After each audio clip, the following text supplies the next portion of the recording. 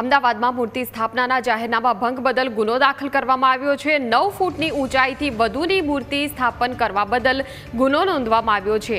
નવા નરોડાના બાપા સીતારામ ચોક વિસ્તાર પાસે 22 ફૂટની મૂર્તિનું સ્થાપન કરાયું છે।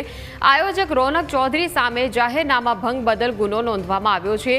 હરિવિલા ફ્લેટના ગેટ નજીક શ્રીજીની મૂર્તિનું સ્થાપન કરવામાં આવ્યું હતું।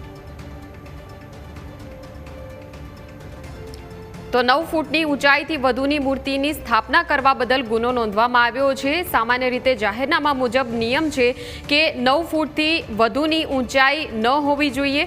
મૂર્તિ સ્થાપનાના જાહેરનામાના ભંગના બદલ ગુનો નોંધવામાં આવ્યો છે આયોજક રોનક ચૌધરી સામે।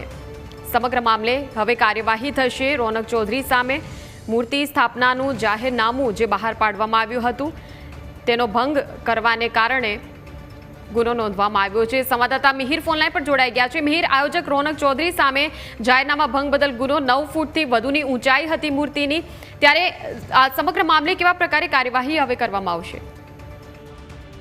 બિલકુલ, જે પ્રમાણે સમગ્ર મામલો સામે આવ્યો છે, કૃષ્ણનગર પોલીસ સ્ટેશનમાં પીએસઆઈ છે તેમના દ્વારા એક ફરિયાદ નોંધવામાં આવી હતી।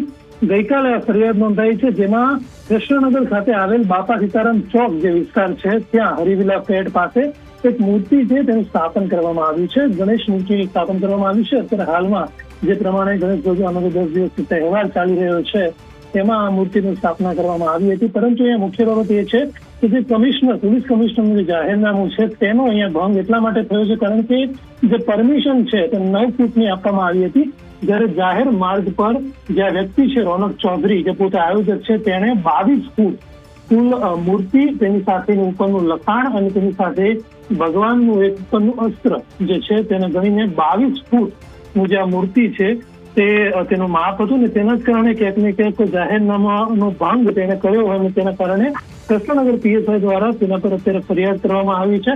ચોક્કસથી અત્યારે હાલમાં સમગ્ર તપાસ છે તે શરૂ છે અને રોનક ચૌધરી જે પોતે આયોજક છે તેના પર અત્યારે ફરિયાદ કરવામાં આવી છે। આગળની કાર્યવાહી છે જે તે રોનક ચૌધરી સામે કરવામાં આવશે અને સાથે જ તે જે પ્રમાણે અત્યારે ફરિયાદ કરવામાં આવી છે તેને લઈને પણ તપાસ છે વધુ કરવામાં આવશે। બિલકુલ, આભાર મિહિર સમગ્ર માહિતી બદલ।